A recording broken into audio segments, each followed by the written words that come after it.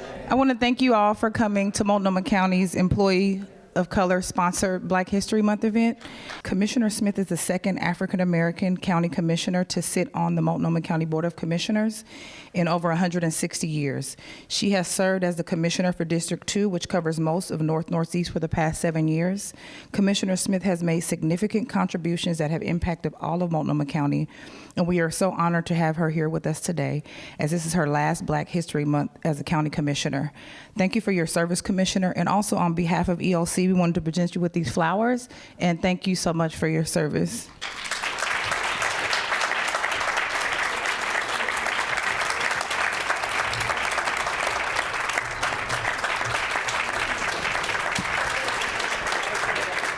Thank you.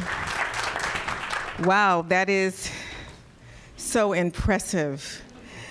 And this afternoon is a really special one for me. And as you heard earlier, this is going to be my last meeting with you all as a county commissioner. And if I have something to do about that, it won't be the last time as a commissioner. Okay? It has been such a great honor to represent all of you over the last 7 years. As you know, I came from the federal government. I worked for Senator Wyden for 21 years. And I thought I knew everything that there was to know about Multnomah County. Wrong. Wrong. We do so much amazing and wonderful work here that I don't think it gets highlighted enough. I think it's underreported on the things that we do to help people directly and to help the most vulnerable.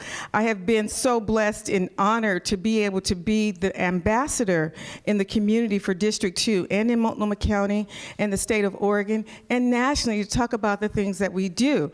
And I'm often asked when I'm in my travels and people ask me where I'm from, and I say I'm from Portland, Oregon. And they say, do they got Black people out there? Obviously they do.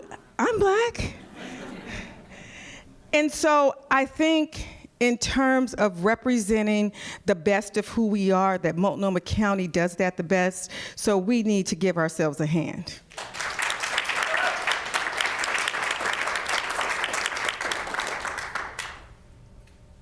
I know it was icy, I know it was snowy today, and I'm glad all of you are here. I was really worried that we were going to cancel today, but it's so special that we keep in line with keeping our programs and the work that we do at Multnomah County going. So as we gather together today for this annual celebration of Black History Month, which honors the achievements of Black Americans and the role that we have played in shaping American history. I am especially excited and honored to be here today, celebrating Black History Month with my fellow public servants of Multnomah County. Thank you all for what you do.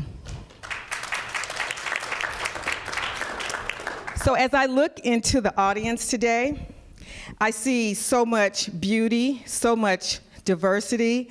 I would like to thank the Multnomah County managers of color and employees of color for organizing this event. This is not an easy task. And thank you for your continued work to ensuring that equity and diversity are not just buzzwords here at Multnomah County, that it really is meaningful. We take it to heart and we do the work. The groups are comprised of dedicated employees who ensure we not only talk about equity and diversity and inclusion, but that we codify it in our practice, and then we practice those values every day. So as I mentioned in my remarks last week when we presented the proclamation for the Black History Month before the board, it gave me some bittersweet memories. I have all the joy that goes along with being a county commissioner and being able to celebrate this month. But it's never far from my mind that this is the last time that I will be celebrating Black History Month as a Multnomah County Commissioner.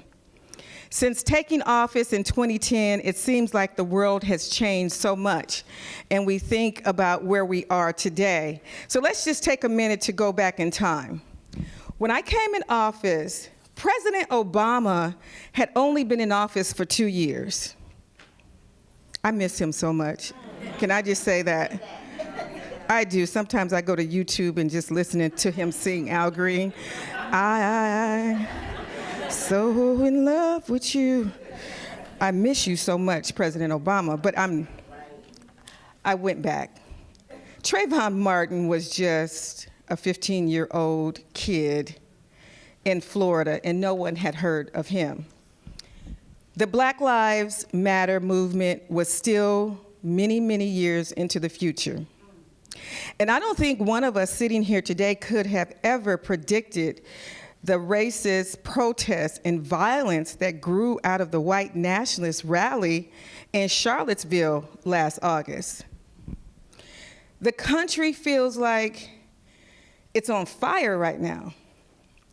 And so as we celebrate Black History Month, I think it is so critical that we take 1 minute to acknowledge our history, to evaluate our present, and to dedicate ourselves to the future, right? Across the country, the month of February is dedicated to celebrating and ensuring that Black History Month and Black Americans, that we are not forgotten. The very fact that we have a Black History Month is thanks to a man himself who was born into slavery. Back in 1926, after graduating from Harvard University, Carter G. Woodson established Negro History Week in 1926. Woodson became a prominent historian and worked alongside other distinguished leaders to use the week to bring attention to the achievements of Black Americans. Prior to Woodson, there had been no real documented history in the United States for Black or brown Americans. The second week of February was chosen as it coincides with the birthday of civil rights leader, author, and orator Frederick Douglass. But as I am sure many of you already know, right here in Oregon, we have our own pretty unique story, right? Oregon entered the Union in 1859 as the only state with a constitutional provision that prohibited people of color from settling here. Think about that for a second. Oregon was the only state in the Union formed as a quote-unquote white homeland.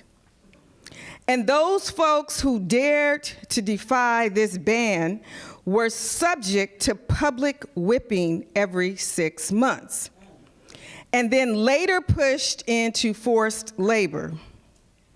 As Professor Marisha from Portland State University states, Blacks in Oregon became the first illegal aliens. Additionally, there was a clause in the Oregon Constitution that explicitly banned people of color from voting. And while the 15th Amendment to the United States Constitution, which granted Black men the right to vote, passed in 1870, it wasn't until, now think about this, 1870, it wasn't until 1920 that this so-called exclusion law was finally removed. But once the exclusion law was lifted and Blacks got the right to vote, the state, they levied poll taxes, putting additional barriers on Blacks to be able to vote. So here in Oregon, Blacks were banned from juries and from marrying whites. These laws remained on the books until the early 1950s. And there weren't just legal barriers. For example, there were these so-called sundown laws. Are you familiar with that? I'm reading a book right now on the sundown laws. These laws allow blacks to pass through towns in Oregon, but they had to leave by sundown. Among those towns were McMinnville, Oregon City, Salem, Astoria, Grants Pass. In all, there were 23 known sundown towns in Oregon. And so while many see Oregon as a very progressive place, I think people see Multnomah County as a progressive place. Oregon has never been immune from the ravages of racism. And as I am sure each of you can attest to, we here in Portland, Oregon, right here in Multnomah County, have not been immune. Today, in the present tense, we continue to battle racism. Racism doesn't always look like Bloody Sunday when folks went across the Edmund Pettus Bridge with Martin Luther King and other protesters. They were beaten with clubs and fire hoses. Or it doesn't even look like Charlottesville last year with the white nationalists carrying torches across a college campus. Racism today is often more subtle. It is perpetrated by our colleagues, and it is experienced as microaggression. It is the entrenched bias that means we still have twice the way to go.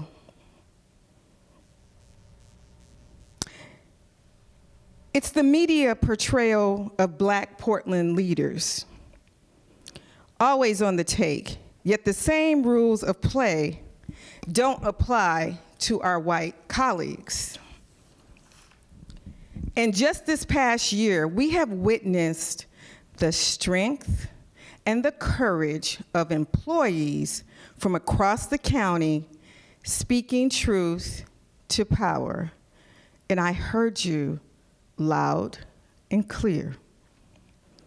Many of you are here today who have stood up and called out entrenched racism and bias in our local government called Multnomah County.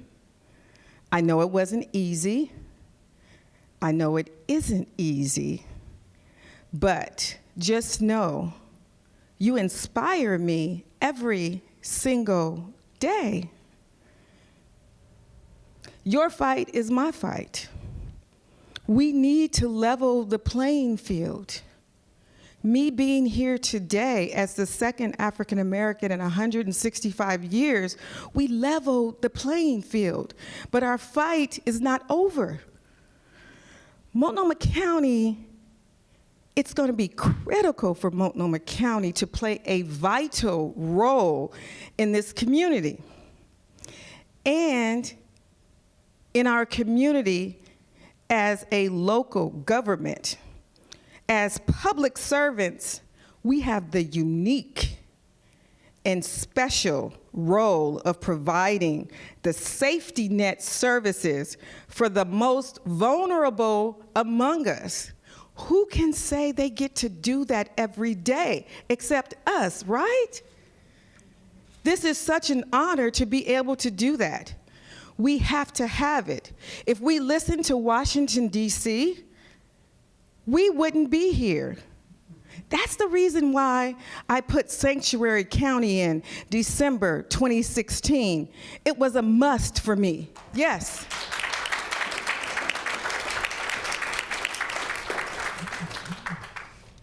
Here is what I know, and I'll wrap up. African Americans, Black and brown Americans, we are fighters, right? And we built this country. We need to know that. Indeed, even as the legal framework sought to exclude us, we had champions out there battling for us, battling for our rights, battling to be heard, battling to be able to have a voice to speak up. That's what we do. We look back at the Black pioneers of Oregon, the first residents who dared to exist in a place where the law said they could not. Or Hattie Redmond, whose legacy was virtually unknown until 2012. Hattie was the daughter of slaves who became a noted women's rights activist and a leader in the Black community. I think about the men and the women and the families who came to the Kaiser shipyards, including my grandfather, who came here from Brooklyn, New York, he and my grandmother in 1945, who made up the city of Vanport, right? And made up the neighborhoods of Albina. And in the face of all these formal barriers, the Portland chapter of the NAACP, they formed and would become the oldest continuously chartered chapter west of the Mississippi.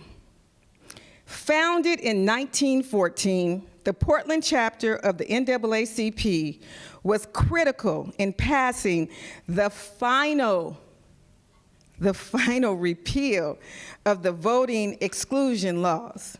Let's give the NAACP a big hand.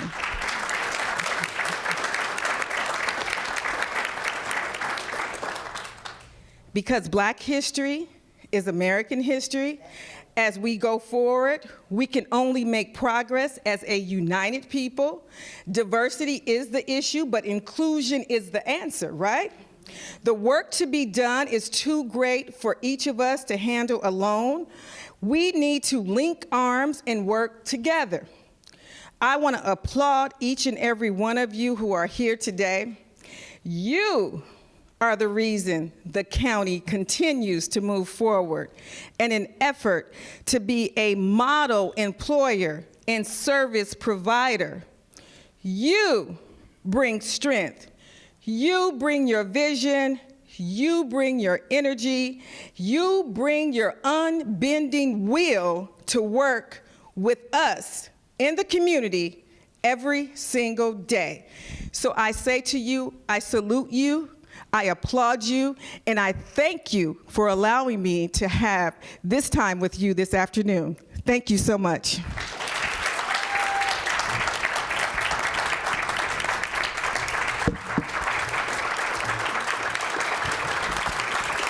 Thank you, Commissioner Smith.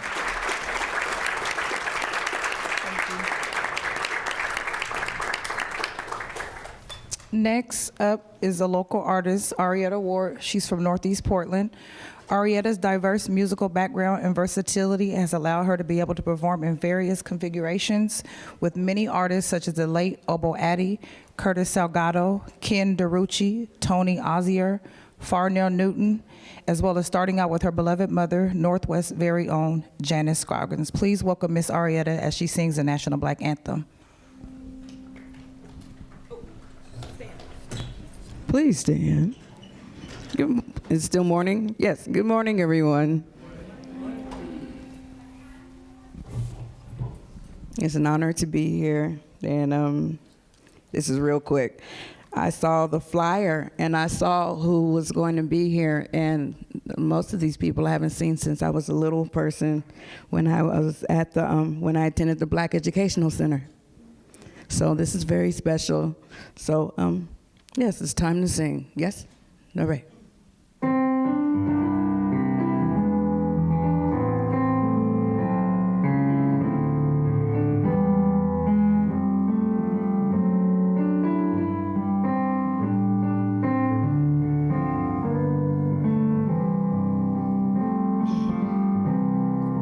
Lift every voice and sing till earth and heaven ring, ring with the harmony of liberty. Let our rejoicing rise high as the listening skies. Let it resound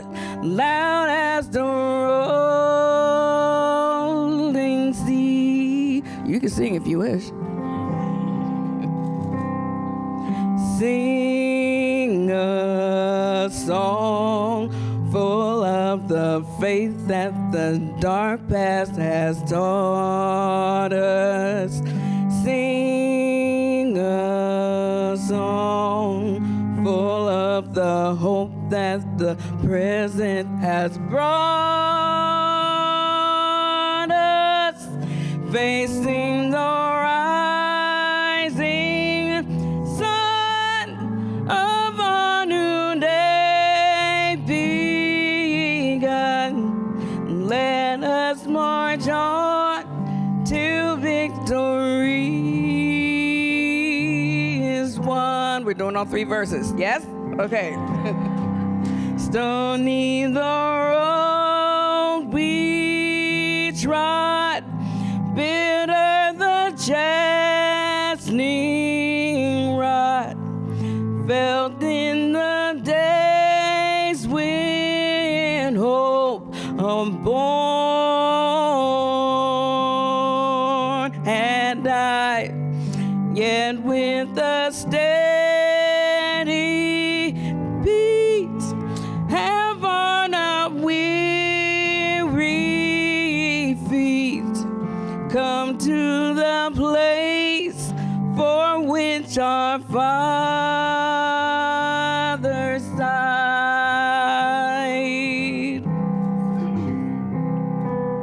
We have come over a way that with tears have had watered. We have come treading our path through the blood of the slaughtered, out from the gloomy past till now we stand at last, where the white gleam of our bright star is cast. One more. God of our weary years, God of our silent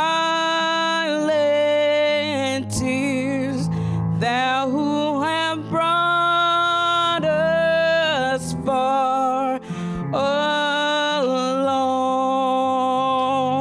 the way, thou who has by thy might led us unto the light, keep us forever in the path we pray.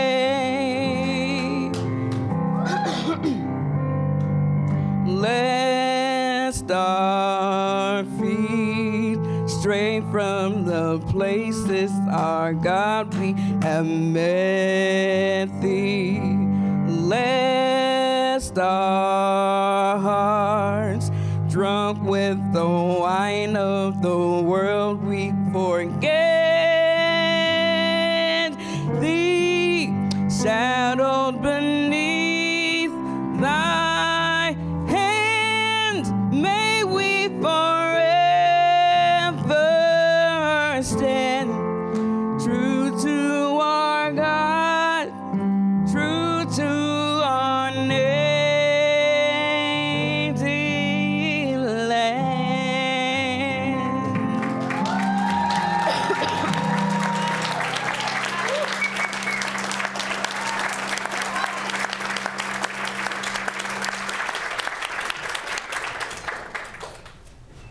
Thank you so much.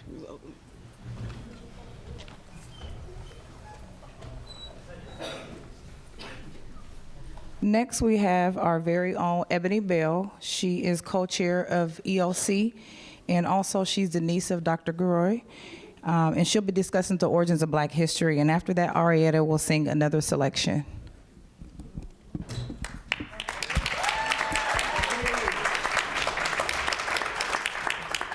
Thank you for coming out here today on this very icy and snowy day. I had such fear that I would get here and I would just have empty seats.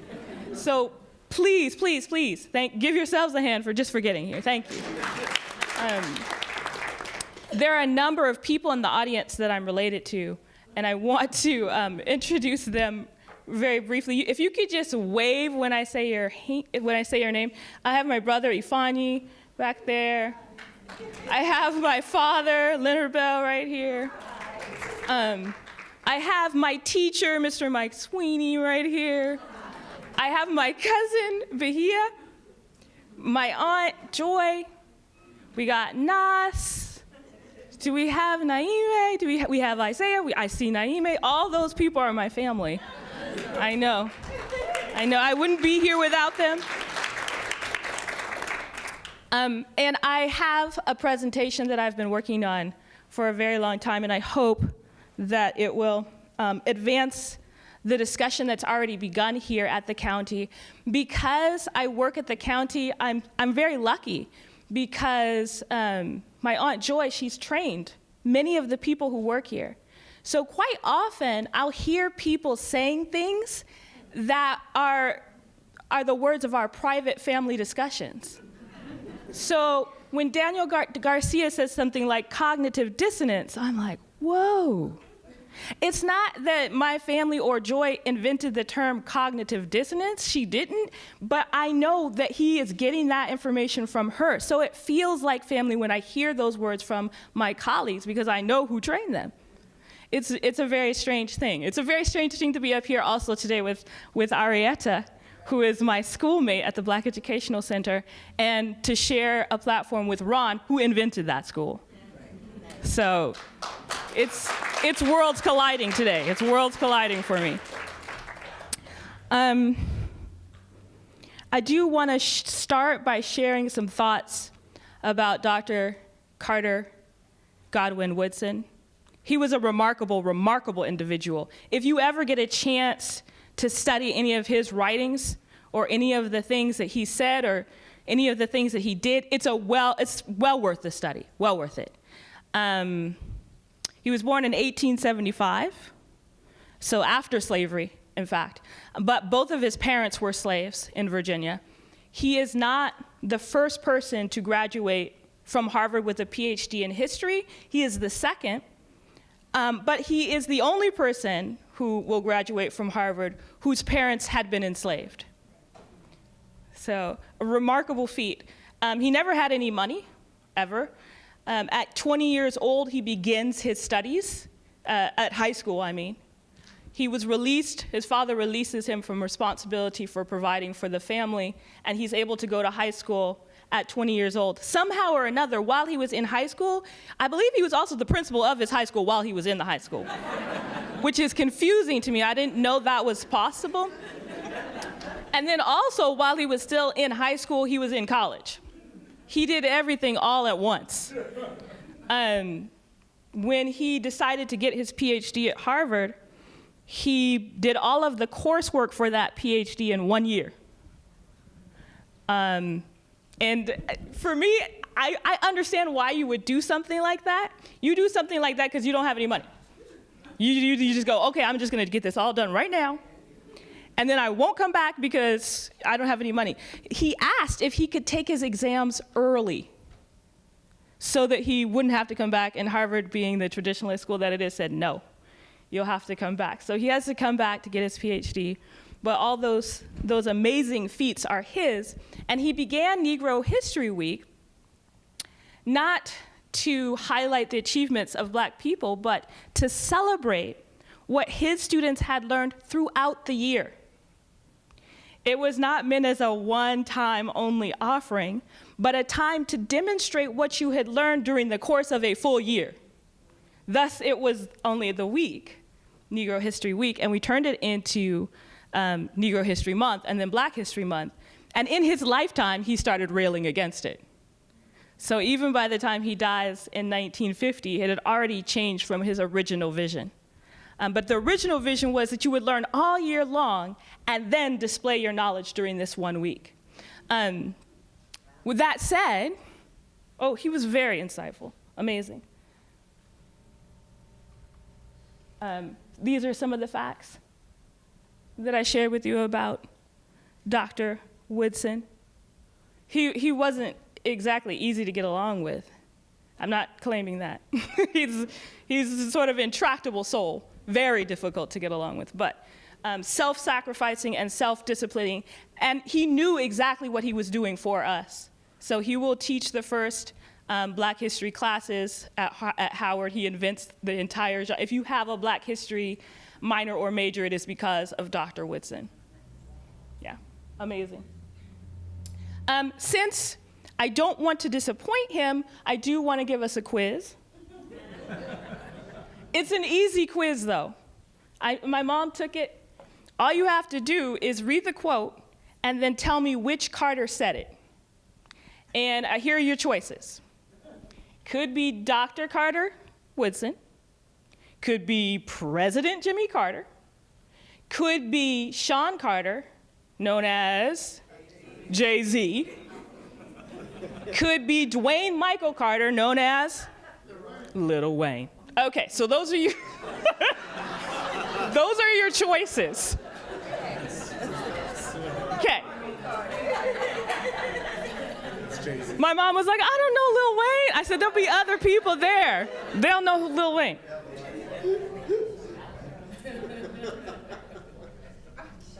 Come on. I'm not getting this to go. Okay, I have to point it up here. Ooh, it went way forward. All right, trying to tear down your past prohibits you from building up your future. Who is that one? Carter.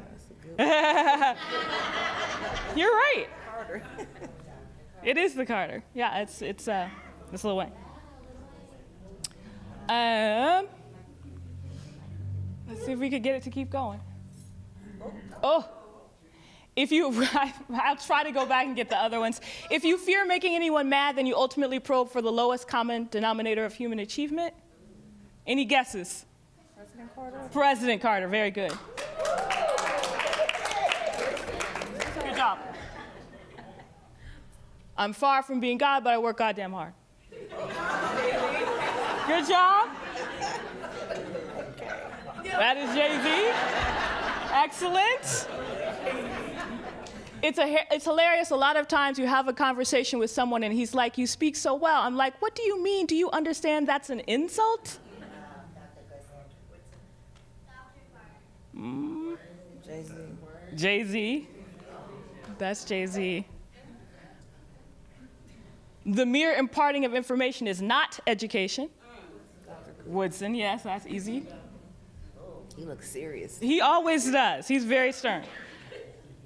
A fundamentalist can't bring himself or herself to negotiate with people who disagree with them because the negotiating process is itself an indication of implied equality. That's a good one. I like that one. What do you guys think? You would think President Carter. It is President Carter. Yeah. I didn't hear you. I'm sorry. You're going to have to speak up. You're going to have to speak up. Yeah. You're right. In the long run, there is not much discrimination against superior talent. It's not Lil Wayne. Jay-Z. This one is Carter. Carter Woodson, I believe. I like that one. Yeah. We missed some in the beginning. Should I go back and get the ones in the beginning? I'll try.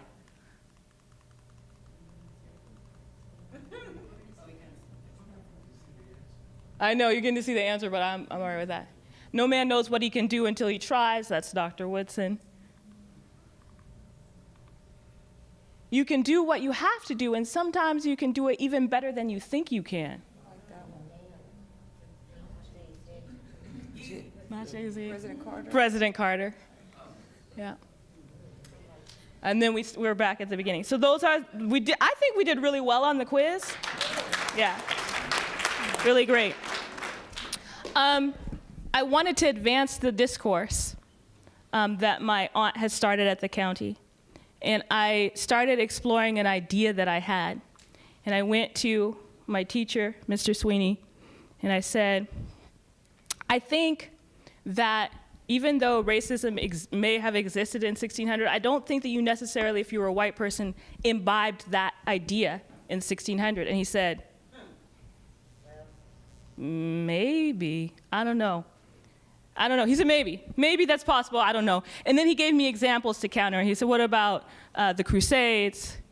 You have discrimination against ethnic groups in England itself, against the Irish. He had lots of points. I was like, oh, that's all very, very true. Then I went to my aunt and I said, Aunt Joy, I think there might have been a chance in 1600 if you were a white person that you didn't necessarily buy into white supremacy. She said, I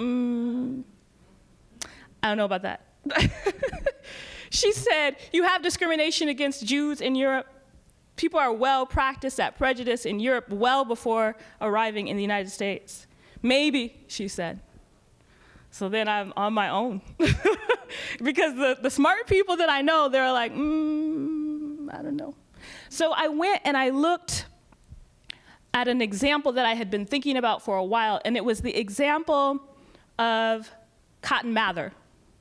This is in the 1600s. And Cotton Mather had a slave that he called Onesimus. And Onesimus, I guess there was a smallpox outbreak, and Onesimus wasn't worried about getting smallpox. So Cotton Mather asked him, why are you not worried about getting smallpox? Have you had it before? And Onesimus answers, yes and no. Yes and no. I have been inoculated against smallpox. And I found an article that explores that exact thing, if I can get to it. Here's the article. It's from the Boston Globe. So this is in 1600. Cotton Mather loses his wife and daughter to smallpox. So he's really interested when Onesimus is sharing this idea with him. The idea behind this is a slave named Onesimus, and that solutions, just the part in red, right? The idea behind this radical idea comes from Africa. The solutions we most need often come from the places we least expect to find them. Maybe like shithole countries, right? This is the idea that the shithole countries give to us. Inoculations, that's where we get that idea. Look at this sentence, the first sentence, medical knowledge is still primitive. That's interesting because you already know that inoculations exist in Africa, right? But the author tells you medical knowledge is still primitive. Well, whose medical knowledge was still primitive? And then you find the idea that I've been looking for, that in 1600 you might be able to admire an African person. Cotton Mather, he accepts slavery, but he thinks that African people might have some knowledge. He does, he respects that. He's listening to Onesimus. That's what makes him think about inoculating people. He calls Onesimus a pretty intelligent fellow as long as he's listening to him. As long as he's obedient, he's pretty intelligent. And then here's the fact that I didn't know and that I didn't share with Mr. Sweeney or with my aunt.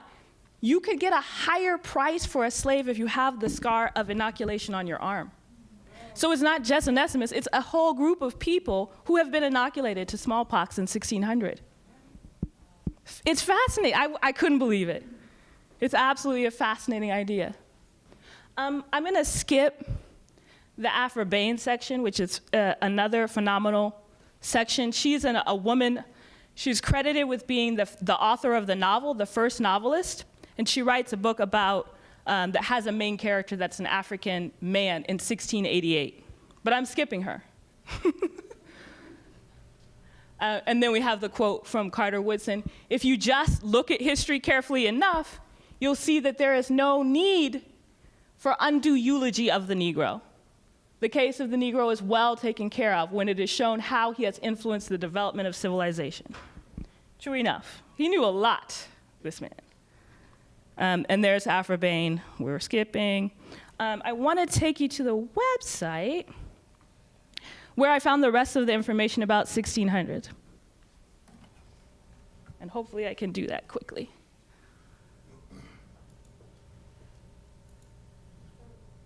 All righty, I did it.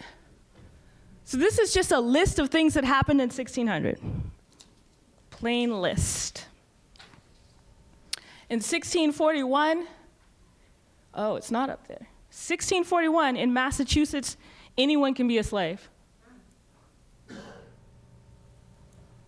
So it permits slavery of Indians, whites, and Negroes. Anyone in Massachusetts, any color, can be a slave in 1641. In 1652, Massachusetts decides that every able-bodied man has to learn how to carry arms and shoot a gun. That's this law right here. 4 years later, they say, no, black people cannot own guns. That was a mistake. No. That's a really bad mistake. They came to their senses. There are a number of revolts that will happen in the 1600s that I had maybe learned of but forgotten. And these revolts are the revolts of black and white indentured servants. Together, they're planning a rebellion. 1663, planned revolt of enslaved Africans and indentured servants. 1663 again.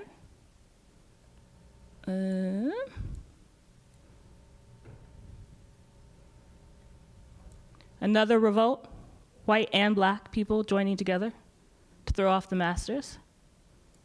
And I think there's another one. Oh, this one is the final one. Whites are out now. So what you're looking at here is actually the birth of institutional racism, right here. So before, you have people joining together to throw off the masters, and after a few very important laws are passed, you'll see that white people are fully embracing or being forced to embrace institutionalized racism. So there are some key laws that make that happen. I'm going back. Here we differentiate between the status, this is very important. We differentiate between the status of indentured servants and African slaves. So that we get those, we quell those slave rebellions, Maryland establishes slavery for life, right? Note also this very important law. Maryland enacts the first law in the colonies prohibiting marriage between white women and black men. And you have to think how many white women were marrying enslaved Africans that they needed a law, a whole law to prevent this, yeah. And there are several here. Massachusetts enables people to sell the children of enslaved Africans. I just want to show you some more of the anti-miscegenation laws. Maryland lets European women and African men, the children of those people, go free.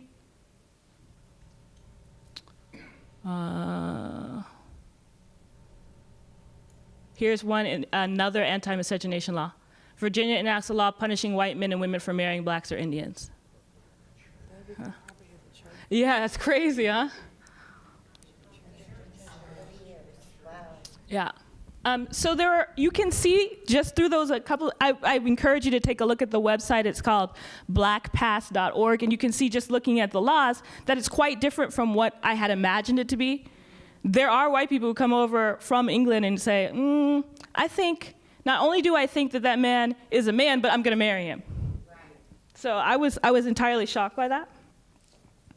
In the 1700s, the whole thing is done.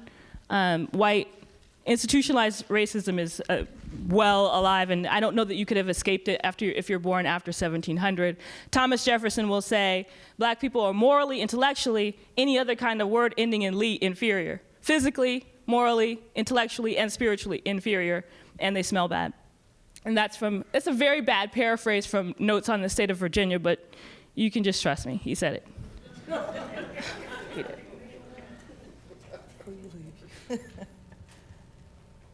Let's see. When will that change? When will it change that black people are morally, intellectually, spiritually, and physically inferior?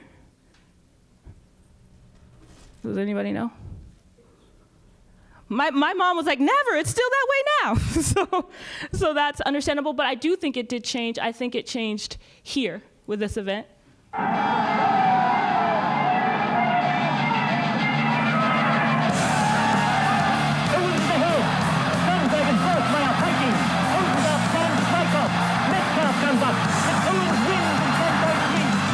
Now, the amazing airings again.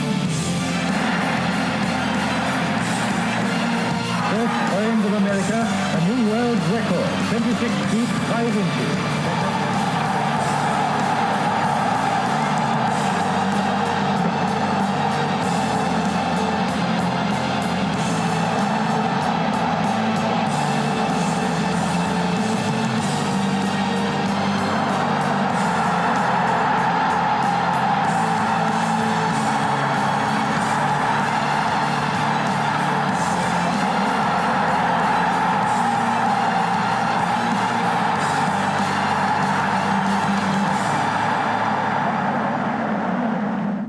I think that event and one other event, and that's Joe Louis, changes the idea that black people are physically inferior. Nowadays, we don't think that black people are physically inferior. We think black people are athletically superior. That's where we are now, right? Okay. I want to end really, really fast. I promise you I'm coming to a close. I found a man, he went to Bronx High School, he wrestled at Harvard. I didn't know he was a dancer. I thought he was a wrestler and that's it. He was a dancer and he dances. He'll go on after Harvard to dance for the University of Texas. Can anyone tell me who this handsome man is? It is. It's Mr. Neil deGrasse Tyson. There's him on his dance team. I couldn't get enough of this.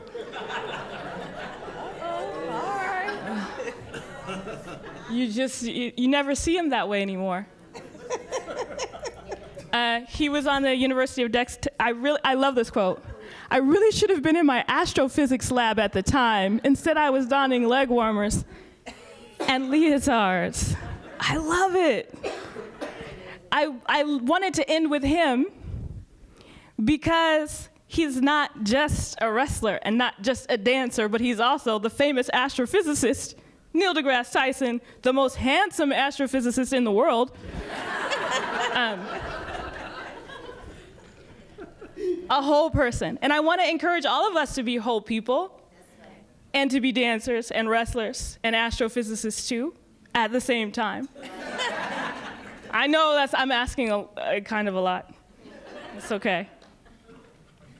And I'll end with this quote by Mr. Carter Woodson. In the long run, there is not much discrimination against superior talent. That's my final remarks for the day. Thank you for listening.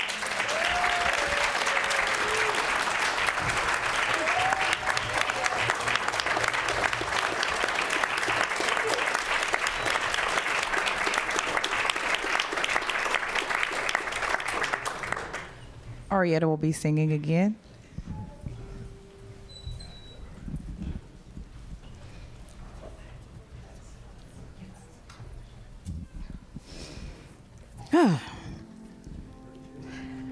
I am going to sing a song that is very dear to me. I actually chose it before I realized the magnitude of this day.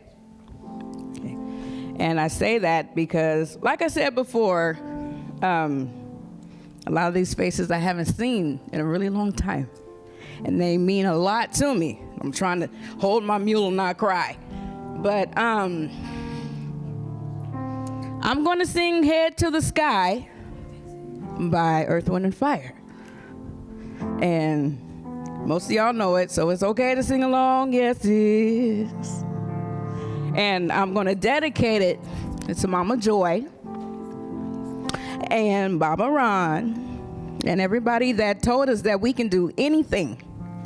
You know, it wasn't until I was an adult to see what they were doing behind the lines. We were playing. We were being kids, but they made it so we we can keep our head to the sky and do whatever we wanted to do. So this is for you. Woo!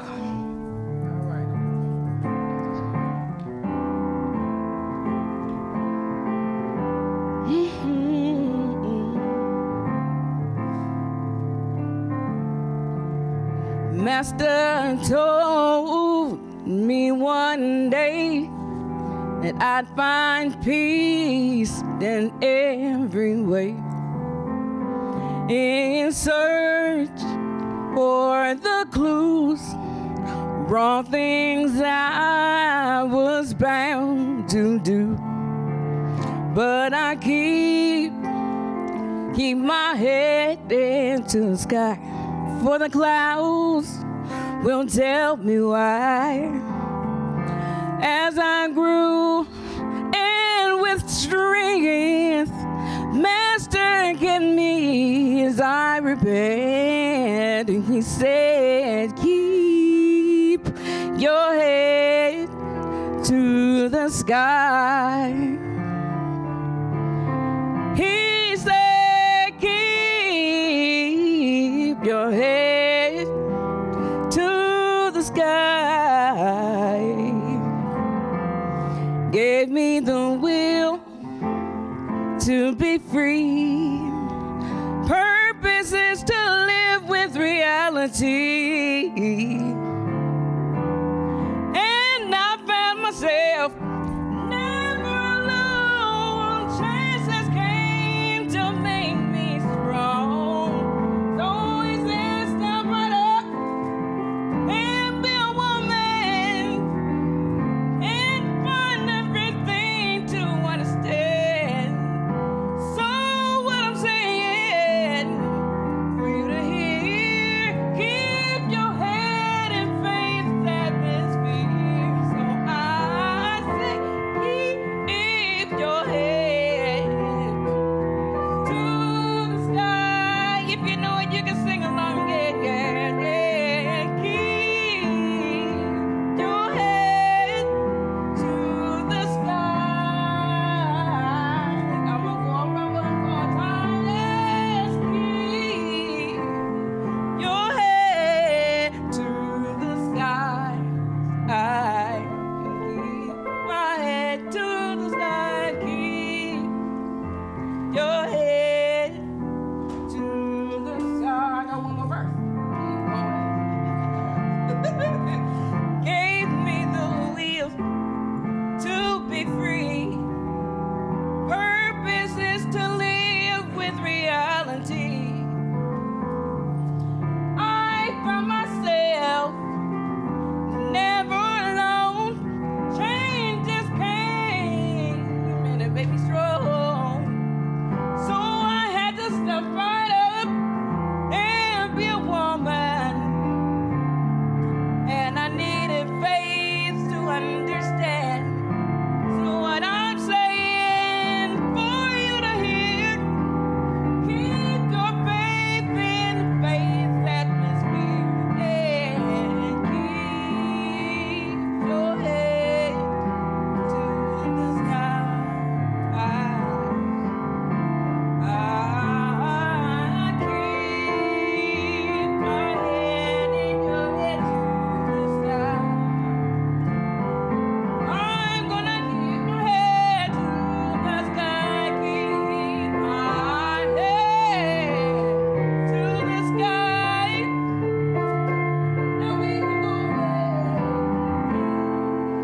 Keep your head to the sky.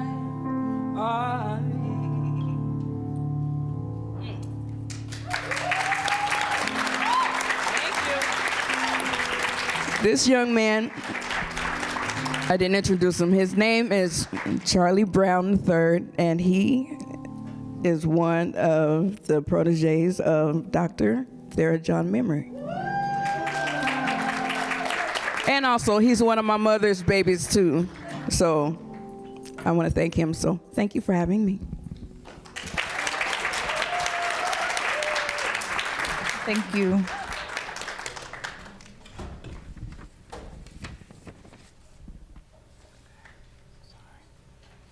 Next, we have Dr. Joy DeGruy. Dr. Joy DeGruy is a nationally and internationally renowned researcher, educator, author, and presenter. She is an assistant professor at Portland State University and the president of JDP Incorporated. She is an ambassador for healing and a voice for those who struggled in search of the past and continue to struggle through the present. She conducts workshops and trainings in the areas of mental health, social justice, and cultural specific social services and model development. Dr. Joy is the acclaimed author of The Post-Traumatic Slave Syndrome, America's Legacy of Enduring Injury and Healing, Post-Traumatic Slave Syndrome, the Study Guide, with the second book in the works, Post-Traumatic Slave Syndrome 2, Be the Healing. Dr. DeGruy holds a Bachelor of Science degree in Communication, 2 master's degrees in Social Work and Clinical Psychology, and a PhD in Social Work Research. With over 20 years of practical experience as a professional in the field of social work, she gives a practical insight into various cultural and ethnic groups that form the basis of contemporary American society. Can we welcome Dr. Joy DeGruy?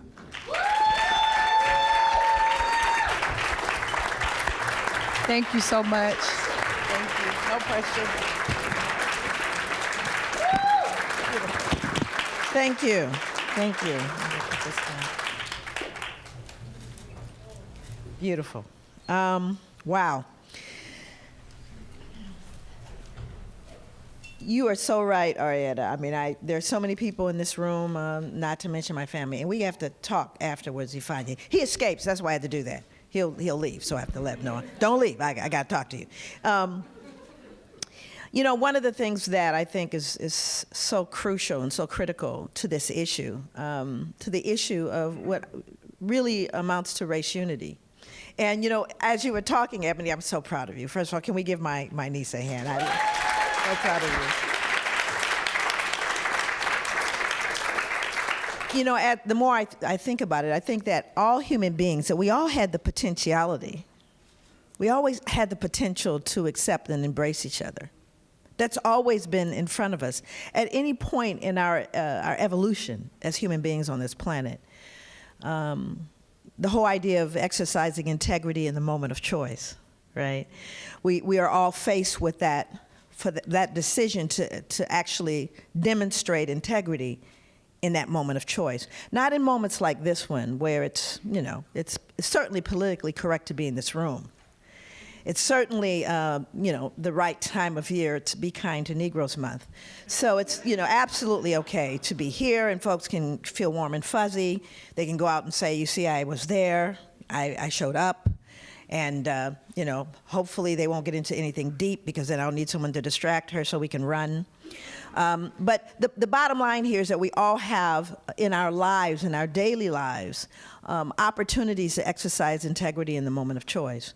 One of the interesting things was a video that went viral.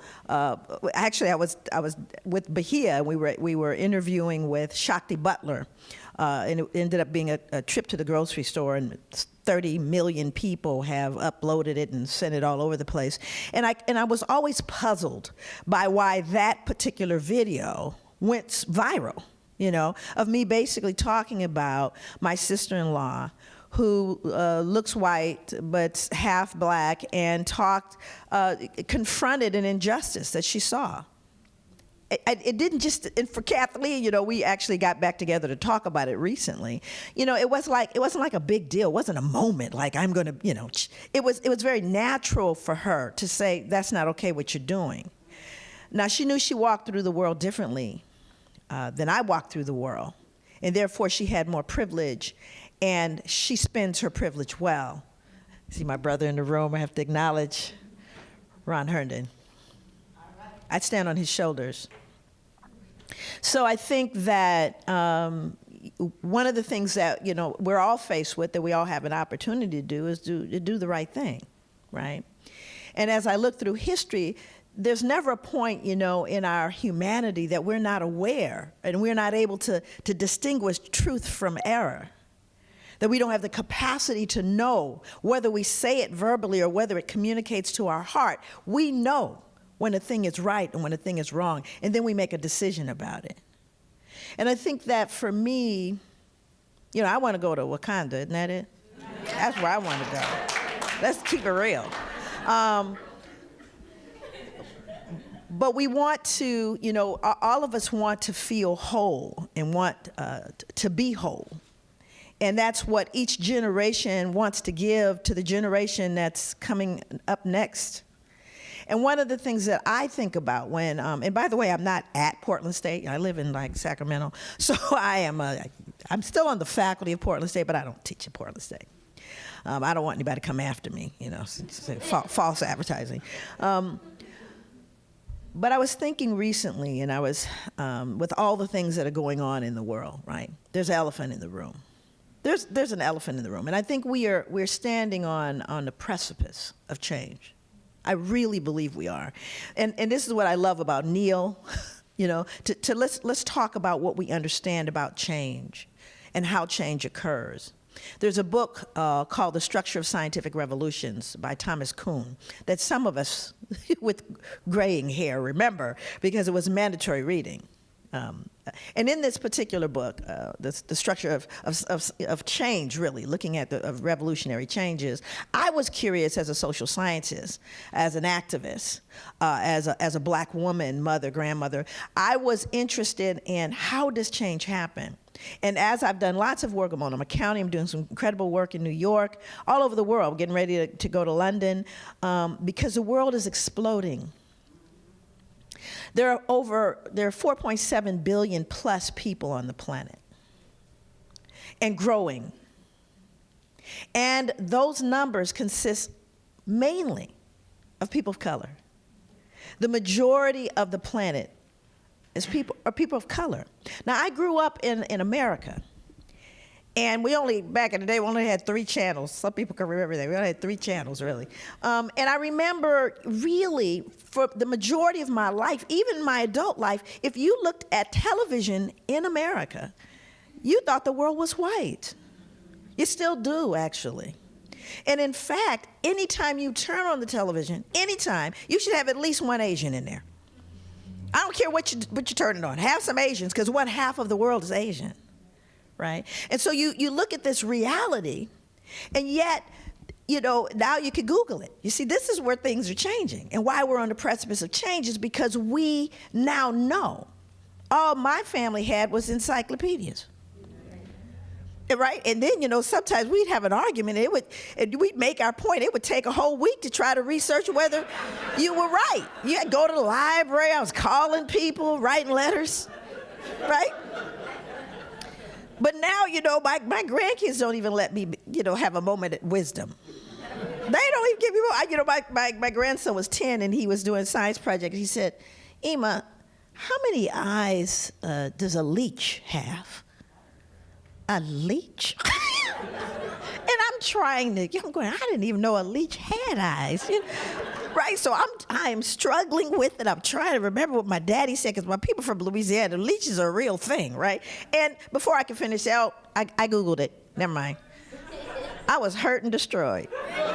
My wisdom was just cast aside. But what the wonderful thing is our kids and our grandkids are saying, yeah, let me check that fact. Right? And that's a good thing. And so now here's what's happening. And I want to put this in context so we can talk about integrity in a moment of choice. Because where we are right now is we are as a humanity. Because you see, I think white people knew a long time ago that they were outnumbered. Not only are they outnumbered, but they're shrinking in number. Hence Brexit. They're shrinking. Not because anybody's, like black people say, we ain't doing you nothing. Ain't nobody done them nothing. But they're shrinking in number. And this prompted statements like, we cannot rebuild our country with somebody else's babies. Somebody said that out loud. Because you see, the fear is we can no longer, the covers have been pulled off, and all of a sudden we can see the wizard behind the curtain. And now everybody can see the wizard behind the curtain. So everyone knows. Now here's the good news.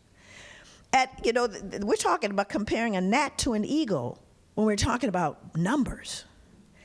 And if the world had been such a horrid world and wanted to crush an oppressor, there would be no white people.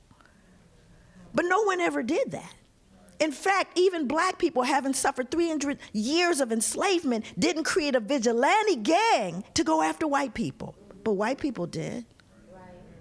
And so we have to unpack that elephant in the room and go, what is going on? And what is the fear? And the fear is, if you are superior, then you cannot blend. Do you see, the world knows that human beings are 99.99% the same. But there's a group that says, oh, no, we're better than you. We're better than all of you. And if you have that mythology going on, then the greatest fear is mixture. And you see now the realization of, but this only is a problem if you believe in white supremacy. Do you see, if you don't believe in white supremacy, then you realize the world is one. You realize that we can't even guess who's coming to dinner now. But the bottom line is, if you maintain that mythology, do you see, then the world becomes a very scary place, and all these people of color are going to usurp the superiority. So now I say, now what does it mean when we're saying that change occurs? Well, there are a couple of things that signal change. Now, for example, there was a period of time when everyone in this room, I mean, some of the people my age, how many people are 50 and above in the room?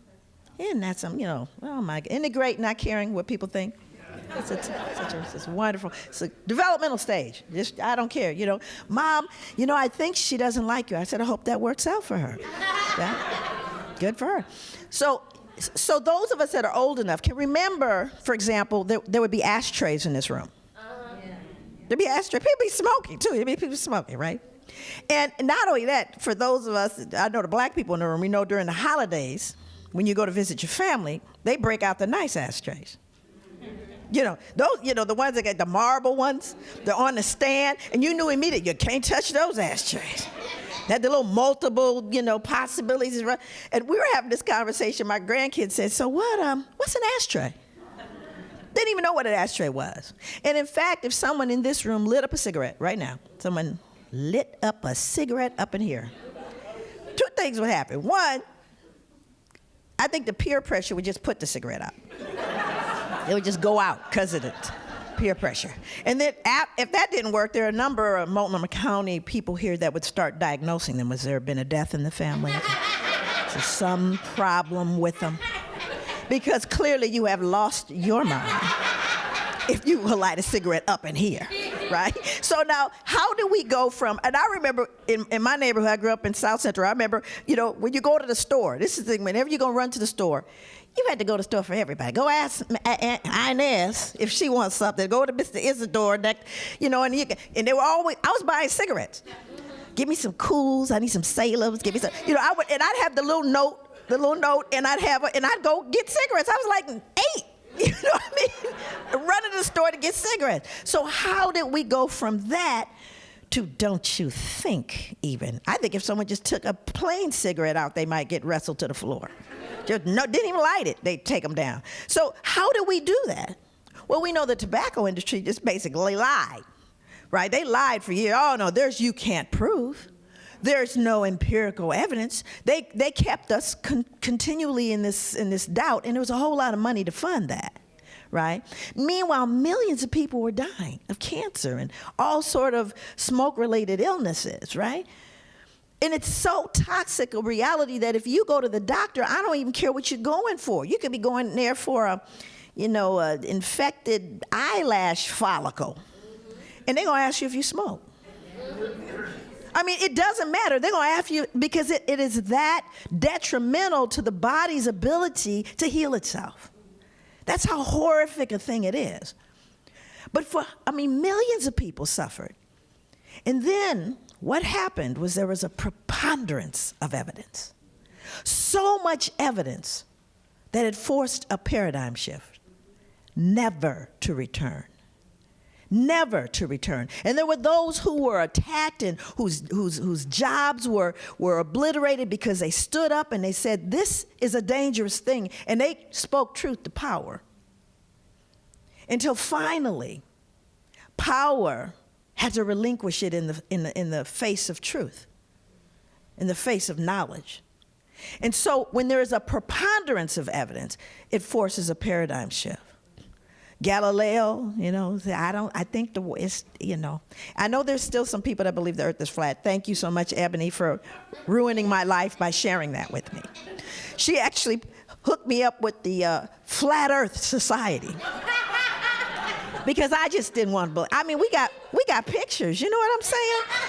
I just don't understand why people can believe. But I'm gonna go out on a limb and I'm gonna assume that most of us know the earth isn't flat.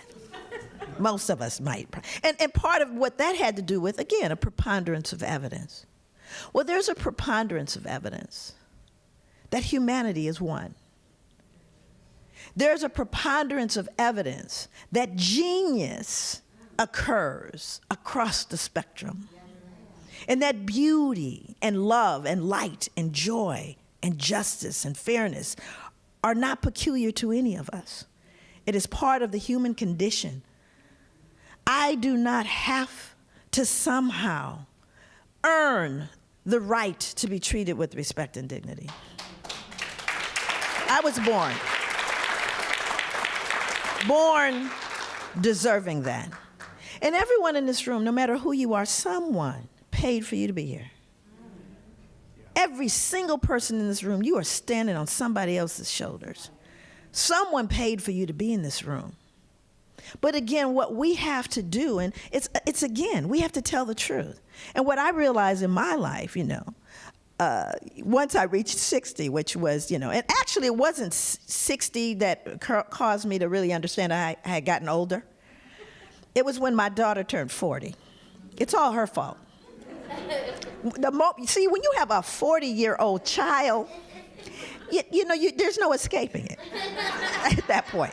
If she just stayed in the 30s, it'd have been fine. But no, she turned 40. So one of the things that I recognize, having lived so long in this skin, and understanding that I've traveled all over the world, and when you see love looks the same, and kindness and pride and happiness, and all those things look the same.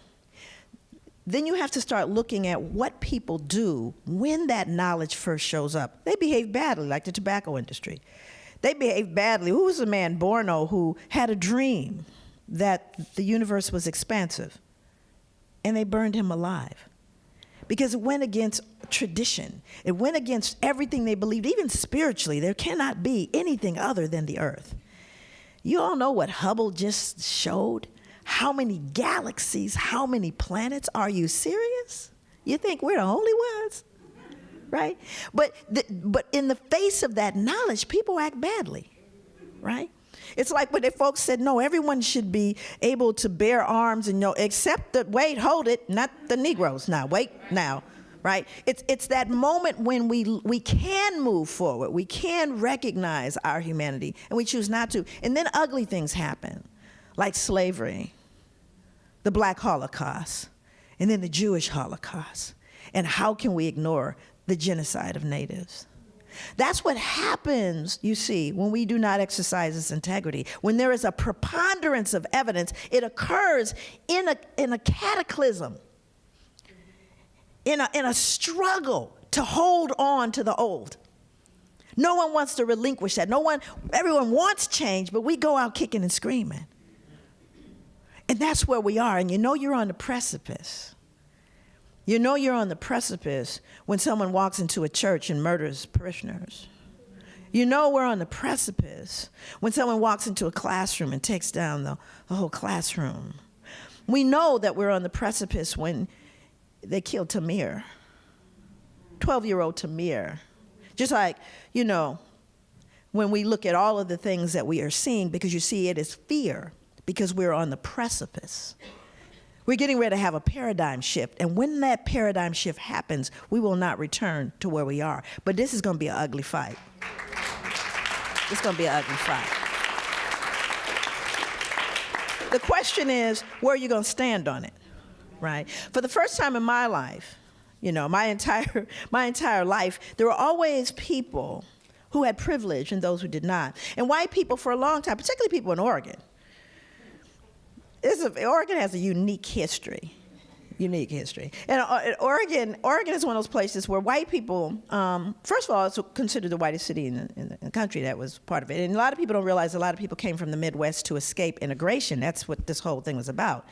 It was supposed to be white. And that's a problem.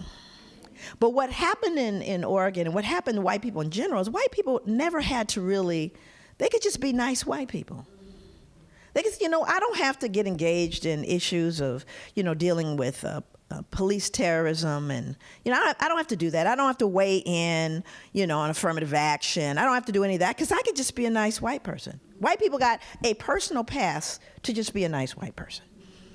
I can, and after all, why would anyone be upset at me? I shop at Whole Foods. I'm vegan. I don't deal with anything that's animal tested. Right.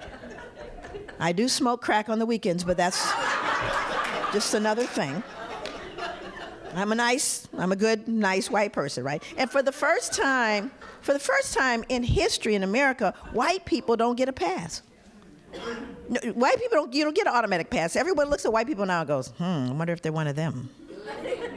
Might they be one of them? And now white people who basically didn't care went, but I don't like the idea that you think that I might be one of them. Right.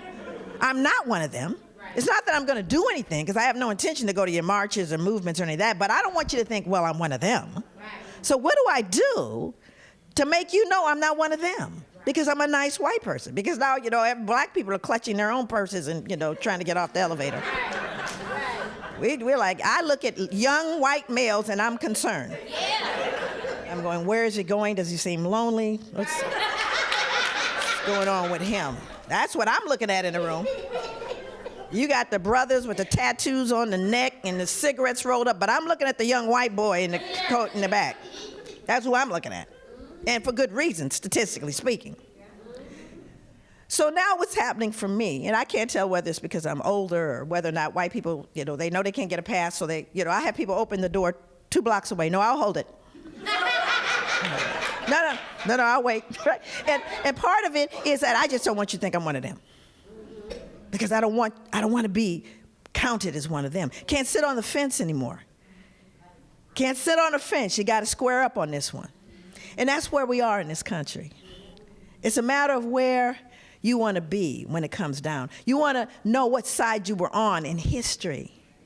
Because you see, this is history we're looking at. We are participating in history. And a history that says, at that time, what were they doing? What were you doing? What did you believe? Because let me tell you, they're going to look back at some of us and go, they were like those people that believe the earth is flat. They sat up and had to have Be Kind to Negroes Month. They had to somehow continually express the intrinsic worth of human beings. They had to sit around and have conferences about how to behave well with someone that looks different than you. Right. So let's go back to Hubble. Hubble took a shot in one direction and found so many planets, so many galaxies, so many possibilities of life that you couldn't count it. Now, I want you to now consider Earth, that speck that you can barely find in a universe. And then once you find the speck, which is the Earth, now find you on it. Now that you found you on it, then you find out that the you believes you're better because you have a different tone of skin. Stay with me. Stay with me in the reality of things. You're a speck in the universe, a speck of a speck. And now you go, not only am I better than you because I have a different shades, but I have little shiny rocks. I have some little shiny rocks that make me better than you. Do you understand how barbaric we will look in the future? How barbaric we will be.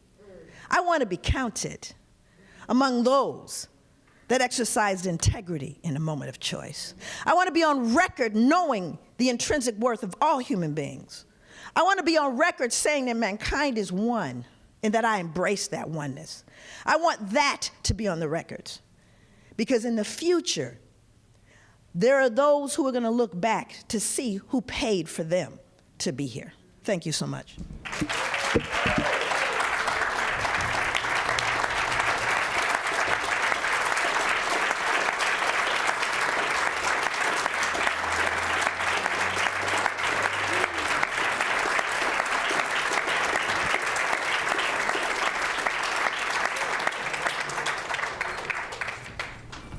Thank you so much. That was amazing.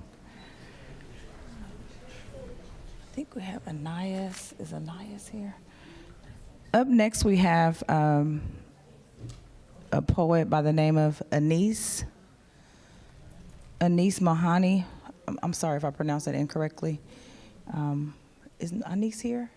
Okay, cool. Okay, poet and artist Anais Mohani is a two-time National Poetry Slam champion, winner of the International World Cup Poetry Slam, and TEDx speaker. His work has appeared on HBO, NPR, and in such journals as Bat City Review, Rattle, Thrush, Muzzle, and Forklift, Ohio.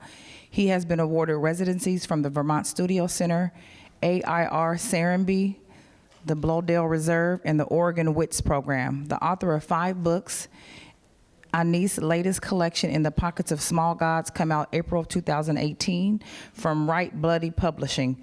Black and Iranian, Anais is originally from New Orleans, though currently lives in Portland, Oregon, where he serves on the board of directors for literary arts and balances his time between writing, drawing, and being on the road. He can be found online at thepianofarm.com. Welcome, Anais. All right.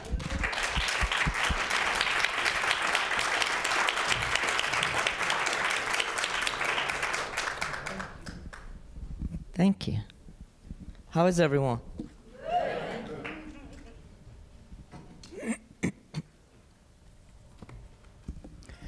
Come closer. Come into this. Come closer. You are quite the beauty. If no one has ever told you that before, know that. Right now, you are quite the beauty. There is joy in how your mouth dances with your teeth. Your smile is simply a sign of how sacred your life actually is, so step into it. Come closer. Know that whatever God might be, they asked the world around them to help them make something of worth. They woke from dreaming, scraped soil from the spaces stuck somewhere inside themselves, made you, and were happy. You make that Lord happy. Come into this. Come closer. Know that something softer than us, but just as holy, planted pieces of itself into our feet that we might one day dance our way back. Know that you are almost home. Come just a little bit closer. There are birds that beat their wings beneath your breastplate. Gentle sparrows that ache to sing. Come aching hearts, come soldiers of joy, doormen of truth. Know that my heart was too big for my body, so I let it go. And most days this world thins me to where I'm just another cloud, forgetting another flock of swans, having shaved off so many of my corners that I felt at home only in the shape of a ball, bending myself so far backwards that the song of my mother believed I was returning home. But believe me when I tell you that somehow my soul still manages to squeeze itself into very narrow spaces. Place your hand beneath your head when you sleep tonight. Perhaps you will find it there. Making beauty as we sleep, making beauty as we dream, making beauty as we turn over and over. When we turn over in the ground, may the ghosts that I've asked my answers of do that turning, kneading us into crumbs of light and into this love thing called life. Come into it, come, you wooden museums, gentle tigers, little giants. I see teacups upside down, glowing across your grins. Your hearts are like my hands. Some days, all they do is tremble. I am like you. I am just like you. I too at times am sometimes filled with so much fear, but like a hallway must find the strength to walk through it. Walk through this with me. Through this church of blood, bone, and muscle that is ours, there is a doorknob that glows like chance before you. Grab it, turn and pull, step through, back straight, chin up, eyes open, hearts loud. Walk through this with me. Walk through this with me. Thank you.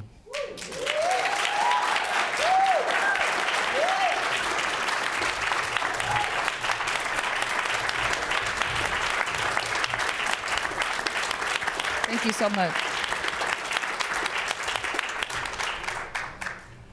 Our next speaker will be Ron Herndon. He is our keynote speaker, and I'm so honored that he is here. Ron Herndon served as president and board chair of the National Albino Head Start Association from 1991 to 2013. As chair, he provided leadership and support to Head Start programs across the nation, including advocating for over 900,000 low-income children and families. Through his vision, Albino Head Start has partnered with Texas Tech University to develop the National Head Start Training Academy for Head Start staff. Ron pursued Phil Knight, founder and chairman of Nike, to fund StartLine, a national computer training program for Head Start children and parents.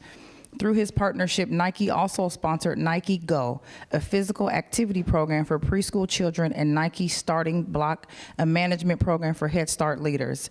Ron has been the director of Albino Head Start in Portland, Oregon since 1975. He is a former teacher, counselor, college instructor, and Vista volunteer.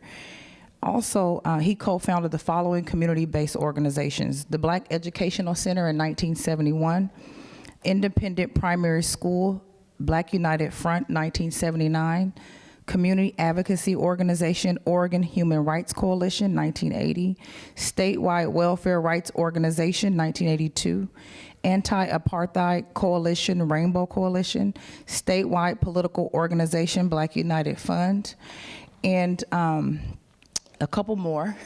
The Northeast Community Development Corporation in 1984, which was a low-income housing corporation. They received $4 million in HUD grant to develop 200 low-income families to help them with home ownership. He also helped start the Youth Gang Task Force in 1988, which is a coalition of municipal and community organizations coordinating gang diversion and prevention activities. Also, the Workforce Center in 1989, which identifies and coordinates services for people underemployed or unemployed. And also the Northeast Economic Development Alliance in 1989, which is a coalition of community organizations that coordinate community planning for economic development and social policies. Also, on behalf of the employees of color in Multnomah County, we wanted to present you with the Champion of Change Award. And thank you so much for your service. Welcome, Mr. Ron Herndon. Thank you so much. This is Ms. Flint? Yes. Pleasure.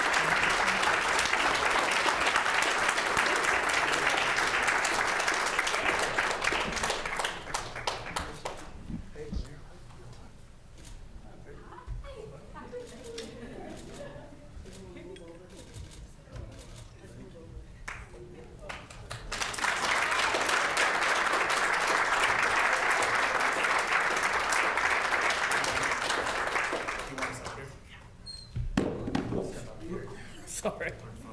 Oh no, that you can. Yeah. That's good. Thank you.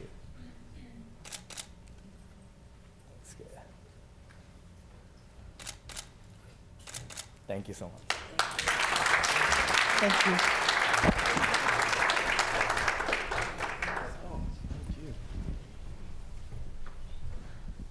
Thank you all very much. I think you tricked me. I didn't know anything about this. A little bit of skullduggery. I was listening as Ms. Flint was reading those dates and times. I said, well, let's just make it simple.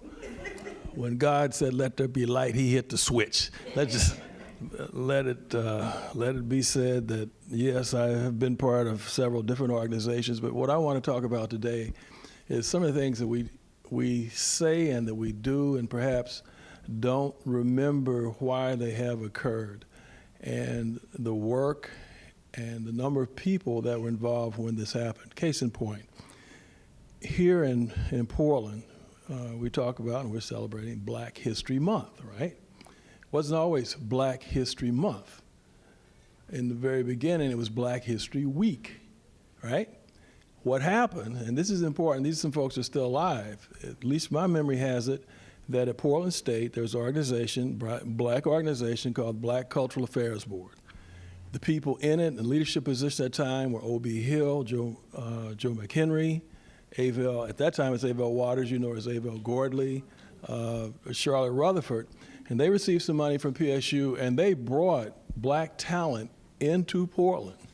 One of the most notable was Stokely Carmichael, who spoke at Portland State. And for many of us, that was one of the first chapters in our FBI file because we carried them from place to place. Sonia Sanchez, Dick Gregory. So they brought this talent, and they said that this should not be something celebrated for just 1 week. It should be at least for a month. They had local artists who were involved, local writers, dancers. This was how Black History Month came to Portland. In other places, it may have happened differently, but my point is there were a group of black people who envisioned this and who made it real. It wasn't an accident. They had to fight to do this. At the same period of time, and you'll watch how this happens, there was a lot of discussion about Martin Luther King's birthday. And what I'm talking about now is late 60s, early 70s.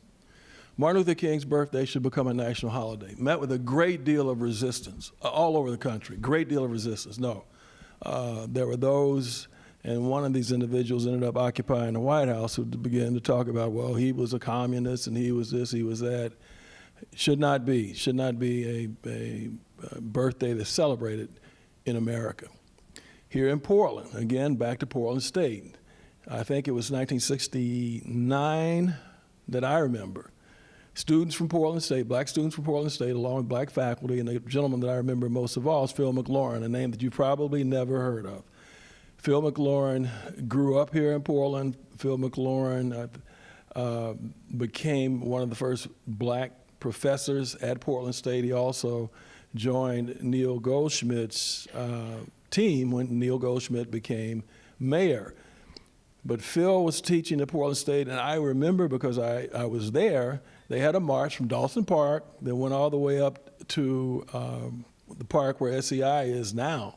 And that was to push for Martin Luther King's birthday to become a holiday. Here and across the country, people who fought for that ended up saying that stay home on January the 15th. Told black folks to stay home on January the 15th, don't go to work, don't go to school, to push for Dr. King's birthday becoming a national holiday. Here at Stevie Wonder, I don't think you can forget that. Stevie Wonder came up with the song, and everybody would say, happy birthday to you, happy birthday to you. Yeah, Stevie was one of the people, the leading advocates for Dr. King's birthday to become a national holiday. And what's important, at least to me, regarding that, is Stevie's living was made. He didn't have to do this. He did not have to take on something that's controversial, but because he felt deeply that this is something that needs to be done, he put his career on the line to fight for this. Here in Oregon, and I think, yeah, I do remember when President Reagan signed it, it was almost as if he was saying, oh, I so reluctantly signed this. It was almost like he was being drugged to his proctologist in public.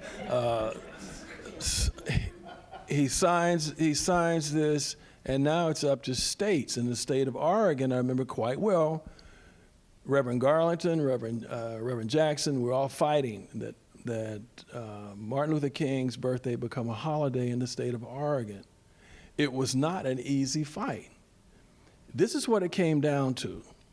And some people will maybe not like this so much, but I'm gonna tell you the truth. There were two unions. OPU is called differently. Your Public Employees Union, it used to be called OPU, right? And AFSCME, that they had contracts with the state that had two holidays, if I got this right, if I remember correctly, 2 or maybe 3 holidays in January. So the deal was they were going to combine 2 of them, Lincoln and Washington, into one, President's Day, right? They used to be separate. So that meant that there would be 1 holiday less. To their credit, the gentleman, and I'm glad I'm able to say this publicly, who was head of AFSCME at that time, his name was Cecil Tibbetts.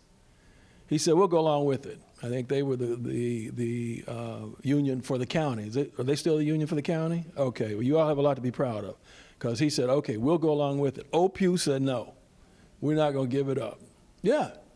And I remember Reverend Garlington and I having a meeting with their leadership team over at the King facility, and it was a Saturday, and Reverend Garlington was using the biblical approach. I was using the street approach.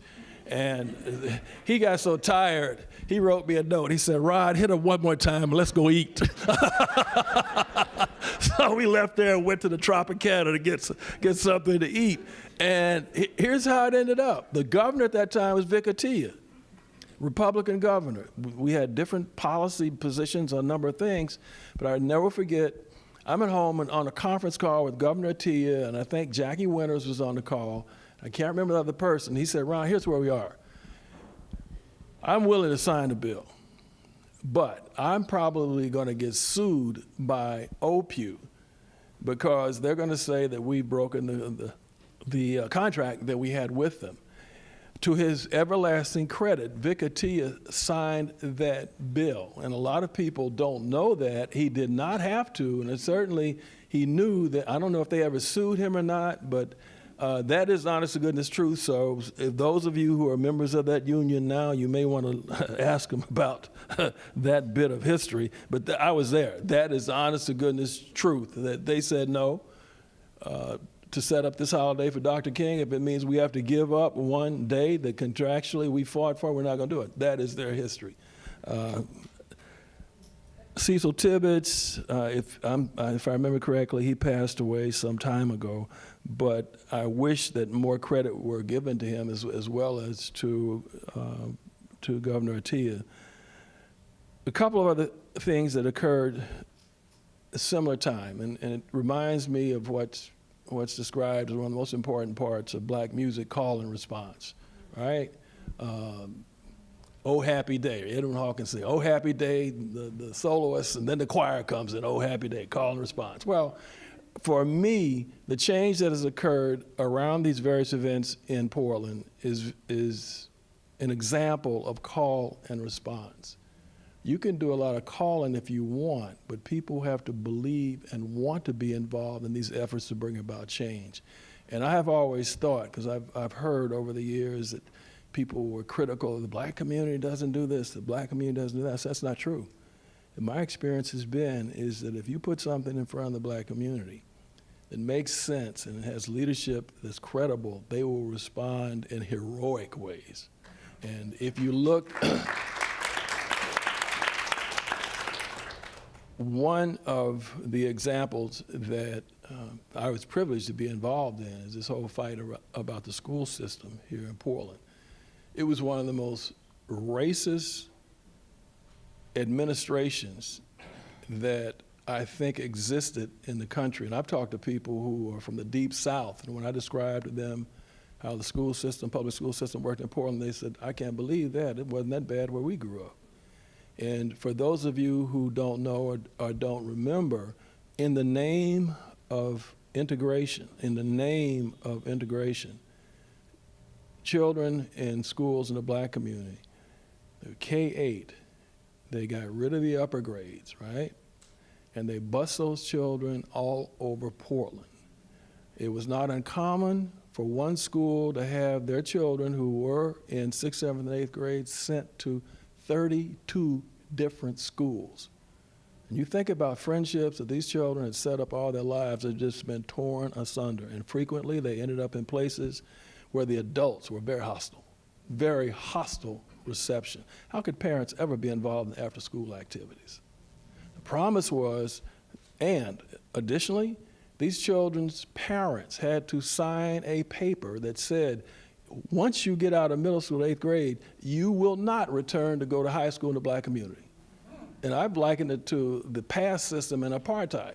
You will not go back to your community. You will not go back to Grant. You will not go back to Jeff. You will not go back to Roosevelt. You will not. You will stay where you are. All right. You have spaces in these schools since you removed those upper grades. So they came up with a very accelerated preschool program, very accelerated. New equipment, new teachers.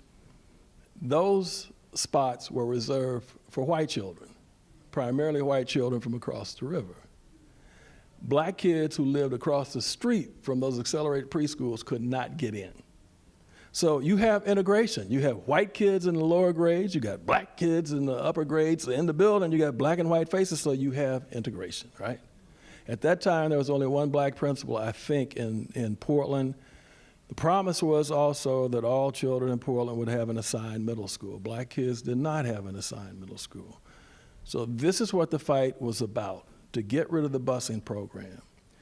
Oh, one last thing.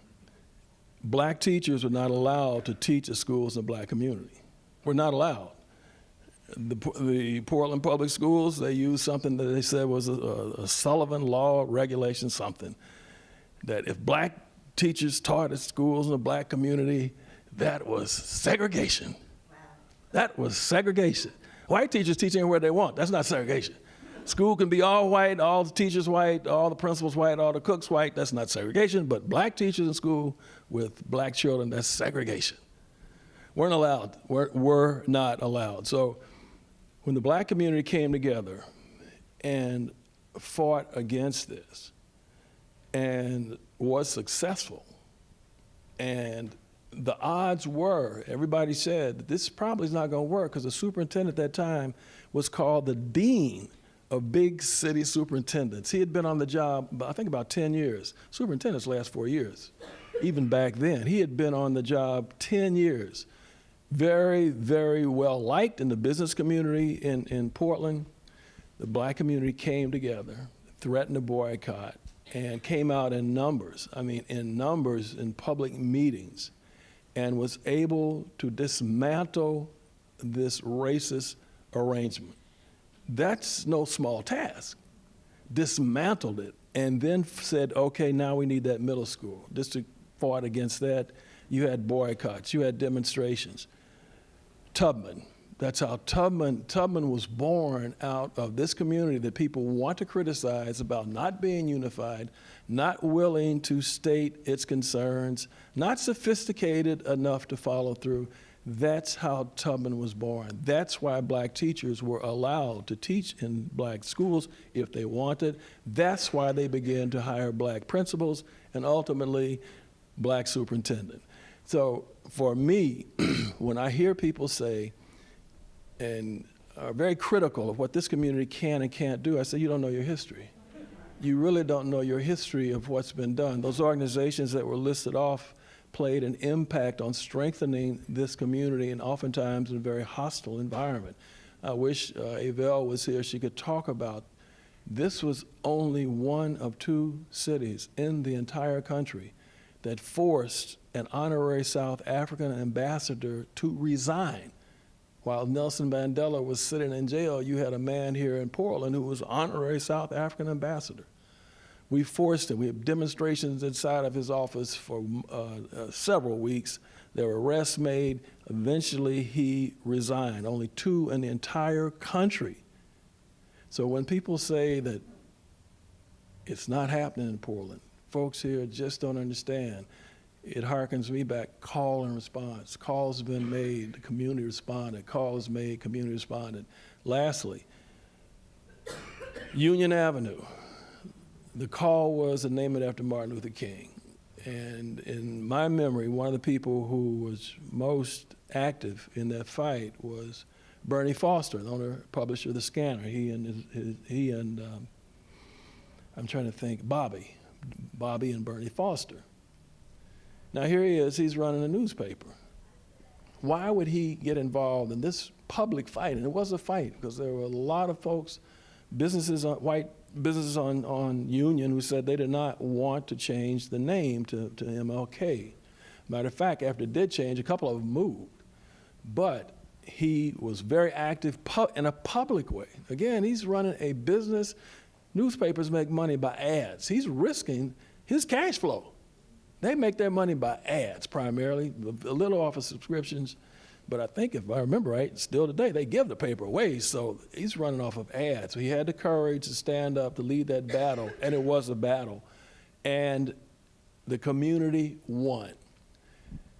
Again, no small feat. So at least during my quick survey of what has happened in the black community in Portland, that's just a very, very, very, very small instant in time, that people have responded. And I say to the folks who are here, especially the young folks, change is possible. It is very, very possible. And certainly when you put the call out and it's one that makes sense, my history as a community will respond. They will answer. It is not easy. It may take months. It may take years. But it is very, very possible. Lastly, thinking about Carter G. Woodson, I cannot imagine the courage it took for him to talk about having Black History Week in the early 1900s. And I mean, lynchings are still the order of the day. Segregation is still the law of the land. But here you have this one man that stands up and says, no. You can do what you want to socially, but in terms of history, in terms of culture, you're absolutely wrong. We have no reason to bow our heads. We will not. We have a history and we have a culture that will match and surpass many in this country. And if it's going to be my voice that stands up and says it should be celebrated, it will be done. You have said the same thing, and thank you very much. Thank you. And thanks for the award.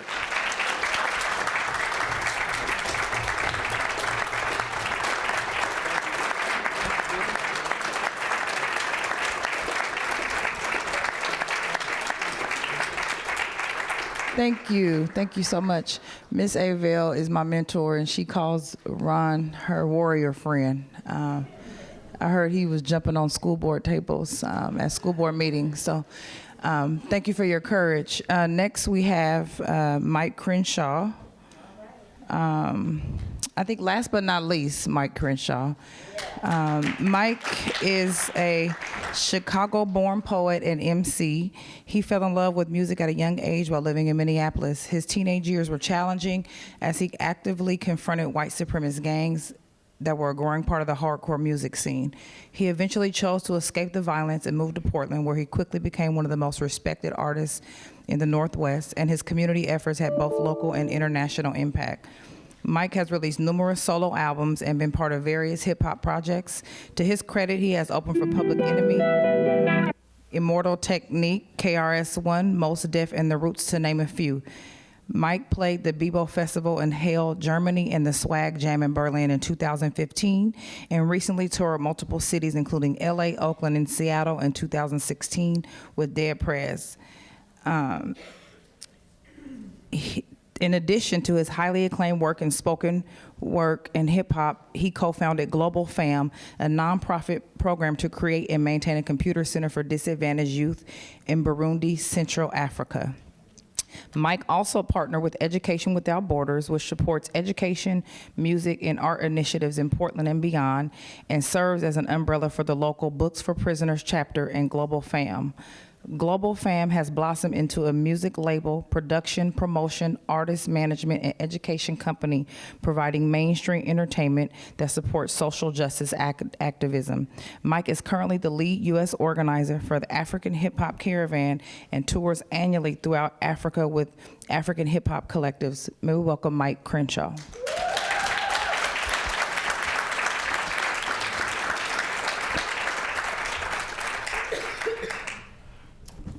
Thank you very much. I'm so honored to be here today.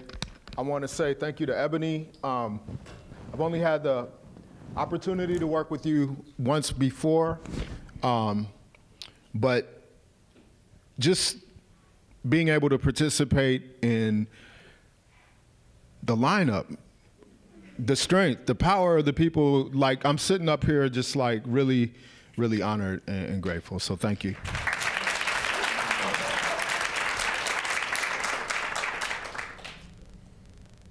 Why don't I'll do a song called Earthbound and then I'll do a poem. Okay.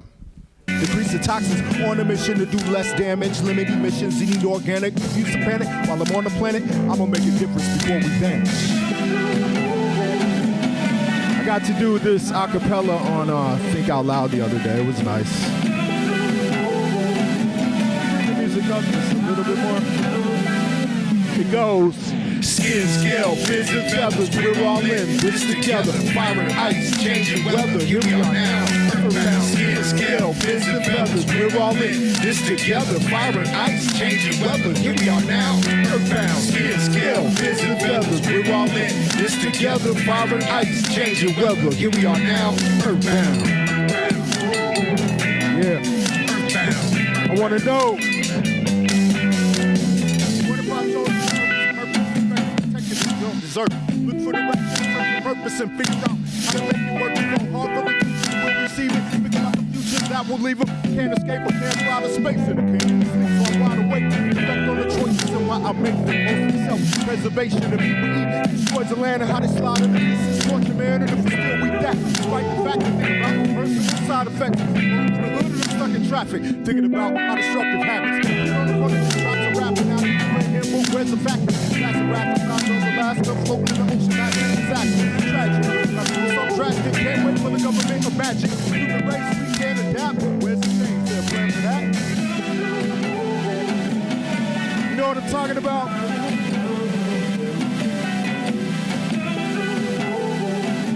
Where we are. Get out. Here we are now, it's going down, right now.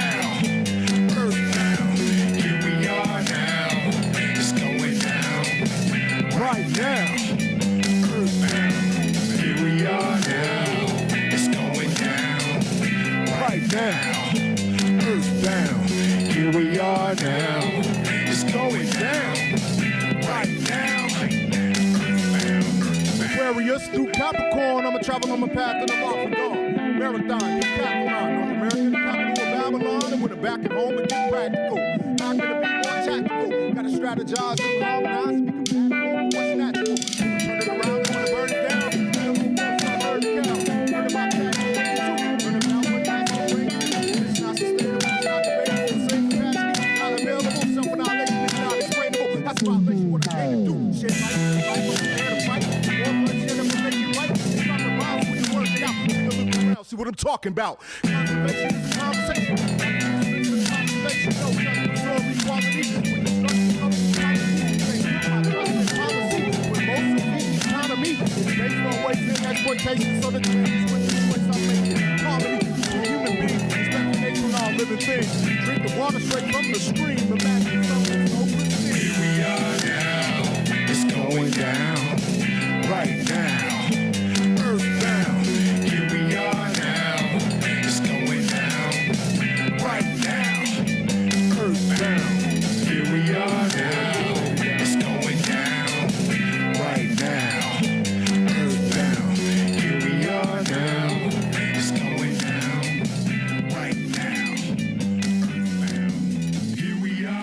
Thank you.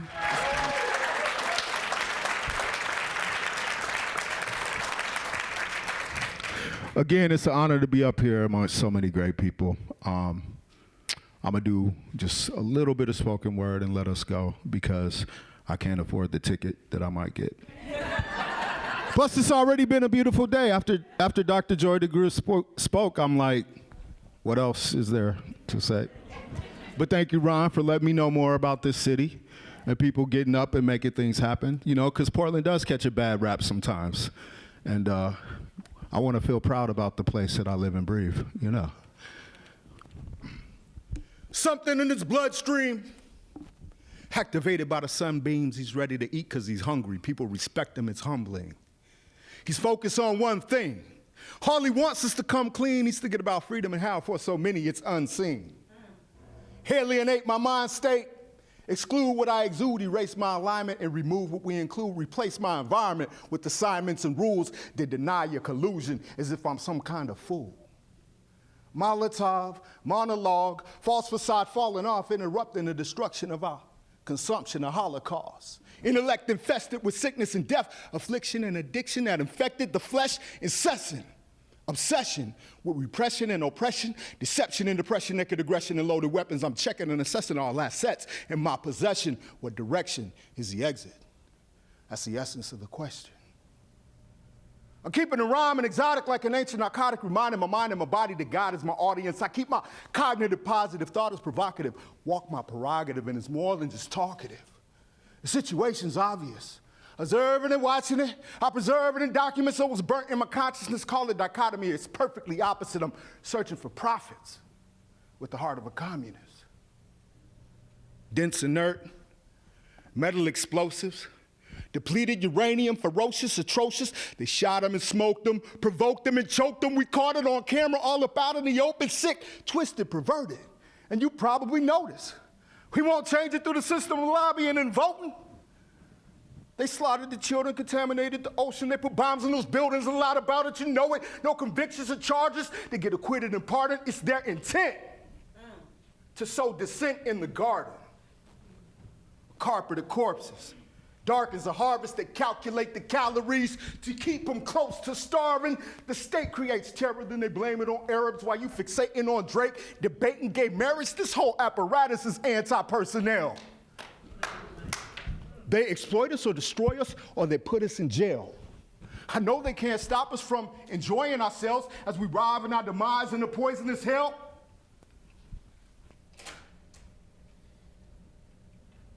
They violate violently. I vocalize defiantly. A dynasty of piracy that's mining your privacy. I'm keeping the rhyme and exotic like an ancient narcotic, reminding my mind and my body that God is my audience. I keep my cognitive positive, thought is provocative, walk my prerogative, and it's more than just talkative. The situation is obvious, observing it, watching it, I preserve it in documents, though it's burnt in my consciousness. Call it dichotomy, it's perfectly obvious. I'm searching for profits with the heart of a communist. Thank you. Peace.